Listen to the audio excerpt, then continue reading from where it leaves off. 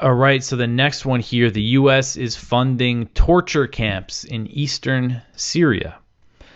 So Amnesty International said in a new report on Wednesday that U.S.-backed Kurdish authorities in northeast Syria are responsible for torture and mass death due to inhumane conditions at detention facilities that were set up after the defeat of ISIS. Amnesty said that the U.S. is involved in most aspects of the detention system, which holds more than 56,000 people, including 30,000 children, 14,500 women, and 11,500 men. The Kurdish authorities, officially known as the Autonomous Authorities of the North and East Syria region, and that includes the Syrian Democratic Forces, the SDF, which is the U.S.'s main military partner in Syria. The majority of those in custody were detained in 2019 when ISIS lost the last significant piece of territory that it had. And these prisons, these are they rounded up ISIS members and their families. So you have children of ISIS members, also children who were recruited to be child soldiers, people just in this horrific situation.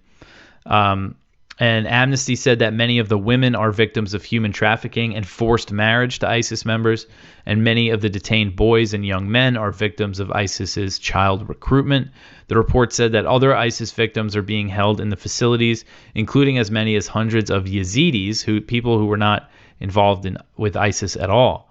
And Amnesty interviewed people who were held in the camps who detailed the torture they experienced, which included beatings, stress positions, and electric shocks. One woman said, quote, "I was given electric shocks. I was pregnant at the time. The interrogator knew. He told me, I am going to force you to have a miscarriage, and that's what he did," end quote. And so these are allegations, again, about the main U.S. ally in Syria that the U.S. funds and everything. And the Amnesty report detailed how the U.S. has funded and supported these facilities. The report said, quote, "The U.S.-led coalition with funding from the U.S. Congress has refurbished existing detention facilities, constructed new ones, and frequently visits them. The Department of Defense has provided hundreds of millions of dollars to the SDF and affiliated security forces," end quote. Former detainees said that the combination of physical abuse, inhumane conditions, and the lack of medical care caused outbreaks of disease and other health conditions and led to the deaths of hundreds of people. So back in January 2022, this is something that a lot of people really went under the radar, but this was January 2022.